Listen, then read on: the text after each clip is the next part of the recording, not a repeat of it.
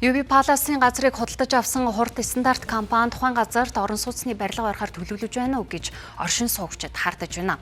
Журамдаа тухайн газар нь соёл урлаг, үзүр үйлчилгээний зориулалтайгаас гадна хэд нэгтшилттэй бүс учраас орон сууцны зөвшөөрөл олгох боломжгүй юм. Харин энэ хууль журмыг зөрчиж газрыг зориулалтын бусаар ашиглавал оршин суугчид эсэргүүцэл зарлахаа мэдгдлээ.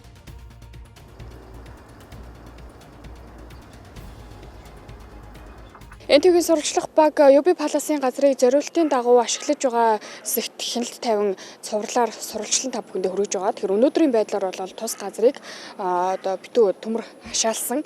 За дотор нь бол газрын урд хэсэгт байрлах тоосхон гаражуудыг бол бүрэн буулгачихсан. Дотор том машин механизмууд орчихсон ийм дүр зурагтай байна. Мэдээллийг одоо мэдээж холбогдох байгууллагуудаас нь шаардна. Одоо энд юу баригдах гэж байгаа, ямар хэмжээний одоо барилга байгууламж хийгдэхийн, хизээ эхлэх, хизээ дуусгахын гэх мэтлэн тэгээ яг л тэр бас одоо нэг авсан зураг төслийнхээ дагуу барилга байшин барих уу гэдгийг ч гэсэн одоо бид нар ч одоо нэг тийм амлалт баталгаа бас хэрэгтэй байгаа шүү дээ. Ямар нэгэн байдлаар нэг юм зөвшөөрөл авчдаг, дараа нь нөгөөх нь зориулалтаа өөрчлөөд янз бүр болчдөг.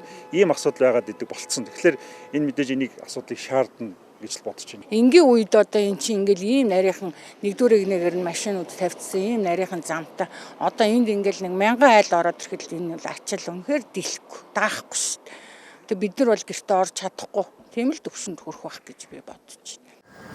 UB Palace-ийн 28025 м2 буюу 2.8 талбай чойжил сүрэнгийн хурд группийн охин компани хурд стандартын мэдээлэлд 2025 оны 1-р сарын 6-ны өдөр шилжсэн байдаг. За тэгвэл худалдаж авсан газартаа ямар зориулалтаар барилга барихыг чойжил сүрэн гишүүнээс тодруулахад мэдэхгүй гэх хариултыг өглөө. За миний хамаарал өсгөн байгуулсан компани залуучууд дээр энэ UB Palace-ийг эзэмшижсэн компани худалдаж авах гэдэг санал тавьж ирээд худалдаж авсан юм байна л. За мэдэхгүй тэр бид нар залуучууд ямар төлөвлөгөө гаргаж байгаа. Танд мэдээлэл өгч байна. Над мэдээлэл олгоно. Би авсан гэдгийг нь мэдэж байна. Та юу байхаа мэдж байгаа гэж бодож байна. Гоо мэдэхгүй байна. Шийдээгүй байна.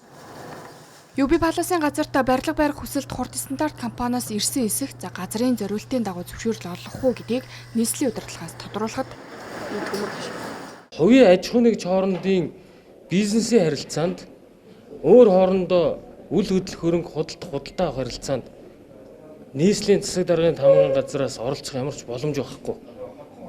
За энэ асуудал одоогоор манай дээр хүсэлт бичиг цаас нь ирээг байгаа учраас зөвхөн би хэвлэлийн мэдээтэй байгаа хүний хувьд энэ тал дээр одоогоор манад мэдээлэл ирээг байна. Унгаа хэтэрсэн байгаа хэсгүүд дээр бол орон сууц дээр бол дахиж одоо төлөвлөхгүй тийм ботлохгүй гэсэн ийм шийдвэр гарсан байгаа бөгөөд зөвхөн сургууль цэцэрлэг, эмнэлэг энэ зориулалттай барилгуудын бол зөвшөөрлийг олгоно гэсэн ийм шийдвэртэй байдаг. Тэгэхээр яг энийгээ дагаад бас барилгын зөвшөөрлүүд бол олгодоо явж байгаа гэсэн. Хот тосгоны төлөвлөлтийн нормоор нэг га талбайд 420 хүн ам оршин суух нь хамгийн зохист хэмжээ гэж үздэг. За ихтэй 460 хүн гаагаас хэтрэхгүй байх стандарт бий. За гэвч нийслэлийн төвийн дүүргийн дийлэх хэсэгт энэ стандарт зөрчигдсөн буюу зарим хэсэгтээ 1000 хүн гадчих хүрээд байгаамаа. Хуамын нэгчил хэтэрсэн бүсэд Баянгол дүүргийн 6 дугаар хороо зүй ёсоор багтана. Энэ нөхцөл байдлаар нэмээд 2.8 га газарт орон сууц баригдвал дулаан цахилгааны хүчин чадалж доголдох эрсдэл үүсэх юм а. За нэг үгээр энэ газарт орон сууц барих ямар ч боломж үлдээгүй гэдгийг хурд гүрүүт сануулгах зүйтэй.